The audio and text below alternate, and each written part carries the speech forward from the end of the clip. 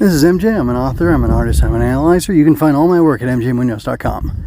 So, I just finished watching Ultraman Regulos episode 1, and I like it. It's not as good as Ultraman Z, or Z, and it feels very much like it's in the vein of the Ultra Galaxy Fight stuff, which I think is a little bit lower quality than a regular show.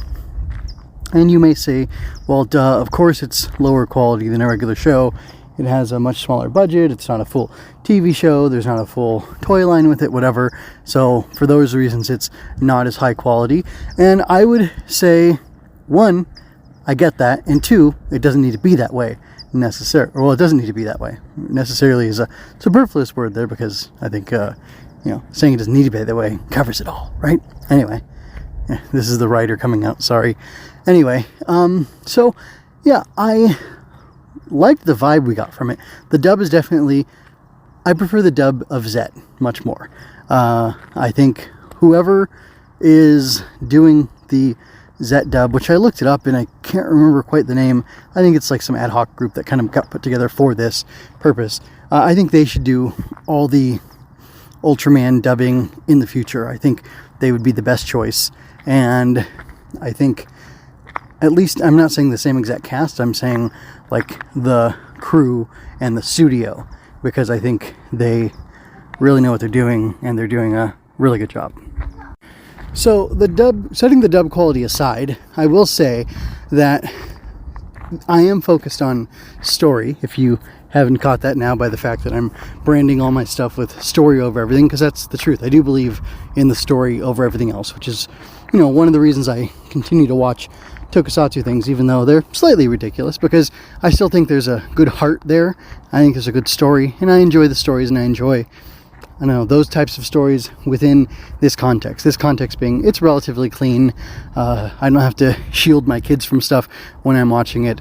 I'm not the proudest to, it's taken me time to get used to being able to say, yeah, this is my stuff, this is my people, this is my tribe, rubber suit monster folks. And I think I'm still an outlier in like the tokusatsu community, but as far as like, I don't have like a bunch of toku friends or anything like that, and it seems like there's not a lot of overlap between me and these people, except for we like the same aesthetic of these shows. But regardless, I like the shows. They're, like I said, they're clean and they're fun and they have interesting drama and things like that in them, so that's all good for me. And specifically, I was going to say about Regulos, despite the fact that it's directed by Koichi Sakamoto, so you gotta watch out. Do you see the moon? Yep, that's the moon. There is a lot of really interesting, like pathos and anyway, so it's kind of, I don't like that Regulos has amnesia, but I do like that he's fallen into this crew of Dragon Constellation D60 Cosmo Beast martial artists. The fact that there's a Cosmo Tiger and a Cosmo Crane and a Cosmo Snake, a little weird, but I mean, whatever. Again, this is rubber suit heroes fighting rubber suit monsters, and I'm just gonna have to be okay with that. As I was starting to say, there's this funny, and it's kind of funny, kind of goofy, kind of cheesy, but like simple and fun, really, martial arts thing going on where my kung fu is better than your kung fu, or your kung fu is better than my kung fu. That there's this, I sense that there's going to be a competition between the various Cosmo Beast martial arts styles, and also there's this rivalry between Regulos, and I didn't catch the guy's name, but he's got a lot of black on him, a lot of black, a little yellow. He feels like he's supposed to be a villain, especially because he's got those horns. And I know, like, Taro has horns, but or am I thinking of somebody else? I don't know. There's Ultraman with horns, and they're good, but this guy feels like he's supposed to be a villain, and the rivalry that they have now is friendly, but it feels like it'll escalate into something much more deadly and dangerous, especially when those invaders come. And it was cool that they establish a connection between Regulos and Regulos and Leo and Astra, And yeah, I thought that was cool. It was short, and it was, a little, I can't wait to fight your brother, I will prove myself strong enough to defeat him, even though I couldn't defeat you, Master Leo. That kind of thing.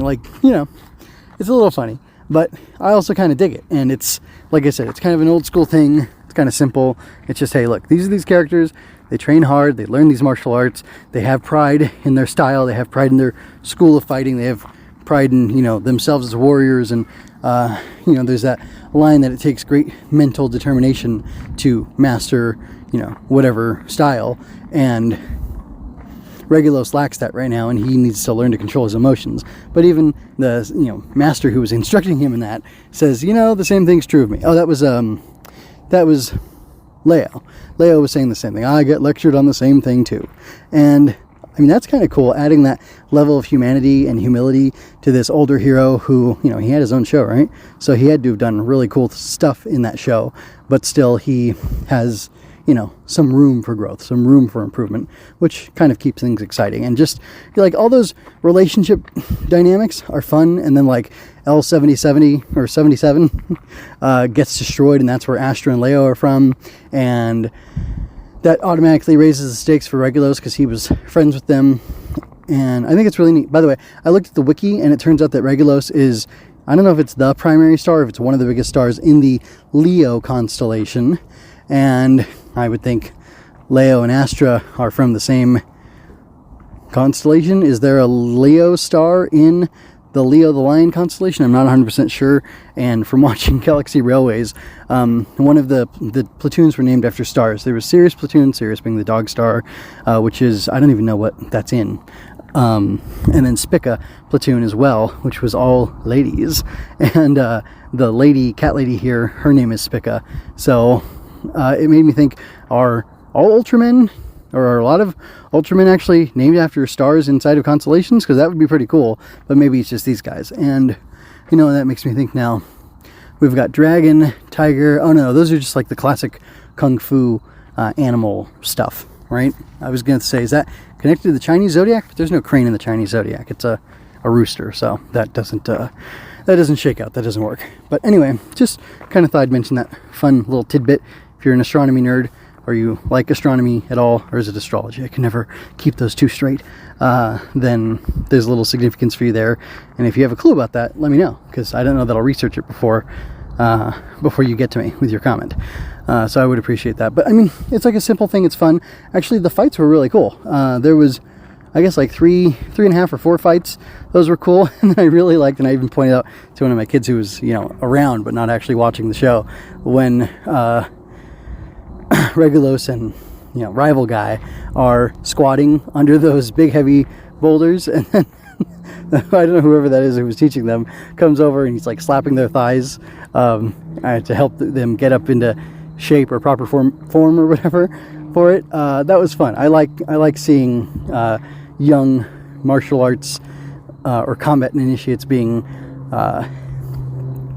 put through the ringer, put through the ringer by their superiors as part of their training. It's a lot of fun, because, you do need mental fortitude to get through things and to do things that you want to do, especially because the things that are hardest for you to do in life, the things that are the best for you in your life are frequently also the hardest things for you to do in your life. And I'm personally going through that type of situation right now and learning that. Not that I didn't know that, but just I'm learning it and I'm living it. And it's a different experience when you're getting it firsthand, as opposed to just, it's that old saw. And it just kind of makes me smile. Kind of fun thing to see reflected in, this silly show that I'm watching for fun. And I don't really have much more to say. I like Regulos. I will keep up with it. I think the action's going to get more intense. I think there's only 6 parts of it total. If they're all going to be 15 minutes long, then that's 45, a 90-minute movie, basically. So I'm good with that. I can deal with that, and I look forward to seeing the rest of it. Let me know your comments and your thoughts on Regulos so far. If you're digging it, if you're not digging it, what you'd like to see different. If you agree that perhaps a different dubcast should be utilized from now on for Super Eye Productions, because they have a really good dubcast going on with Zet.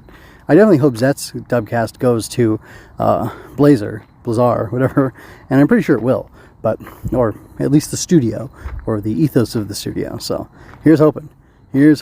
Anyway, that's all I have to say. Check out all my other stuff at my website, which you can find linked in the show notes, in the video description, and all that stuff. If you want to talk to me, that's the place to do it.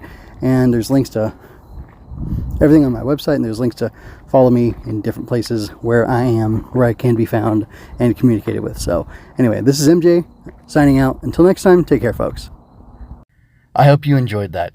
Go to mjmunoz.com to leave any questions, comments, or other feedback you might have. There you can find all of my analysis, art, and fiction. I cover books, tokusatsu, comic books, anime, and more. Look around. You're sure to find something else that you'll enjoy as well. This has been a Story Over Everything production.